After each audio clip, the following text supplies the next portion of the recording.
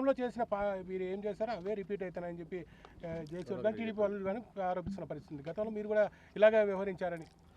నేను గతంలో ఈ విధంగా వ్యవహరించింటే వాళ్ళకి మున్సిపాలిటీ వచ్చేది కాదు.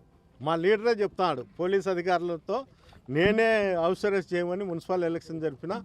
నేను ఎప్పుడు కూడా జేసీ ప్రభాకర్ రెడ్డి ఇంటికి వచ్చి పోతానే కాన్ఫరెన్స్లో తిరుగుతానే ఎప్పుడు నేను అడ్డపడాల్సిన పరిస్థితి వచ్చిందంటే ఈరోజు నాకు ఈ పరిస్థితి వచ్చేది కాదేమో. ఆ రోజు నేను కూడా ఇతని మాత్రం ఆలోచన చేసి ఉంటే నాకు ఈ పరిస్థితి వచ్చేది కాదేమో. ఆ రోజు అక్కడుండే కాన్ఫరెన్స్లో ఫ్యాక్షన్ ఎక్కువ ఉన్నది, గతంలో అక్కడ ఉండేటువంటి క్రైమ్ ఎక్కువ ఉన్నది కాబట్టి ఆ వ్యవస్థలన్నీ ఉండకూడదని శాంతియుతంగా నేను అక్కడ జరిపినా తప్ప ఎప్పుడు కూడా నేను జేసీ కుటుంబం చేస్తున్నటువంటి అరాచకాలు కానీ ఈరోజు పోలీస్ వ్యవస్థ చేస్తున్న వ్యవస్థ కానీ గతంలో లేదు. మీరు నేను చెప్పేది కాదు కానీ ఆ గతంలో చేసిన అధికారులు కానీ గతంలో మీరు పబ్లిక్ వాయిస్ అడగండి.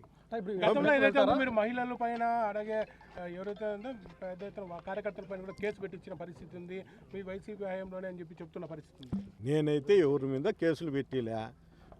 ఆడుండే కౌన్సిలర్లు దినం మీకు ప్రెస్ మీట్ వింటా అంటారు. వాళ్ళు మహిళలో లేకపోతే దేవతలో నాకు తెలియదు. ఆ విధంగా ఉంది. ఆ విధంగా ఉన్నప్పుడు అప్పుడు కూడా వాళ్ళు ఏదేదో చేసింటారు, చేయి చాపడము లేకపోతే కొట్టడము. ఆ విధంగా చట్టం తన పని తను చేసింటుంది.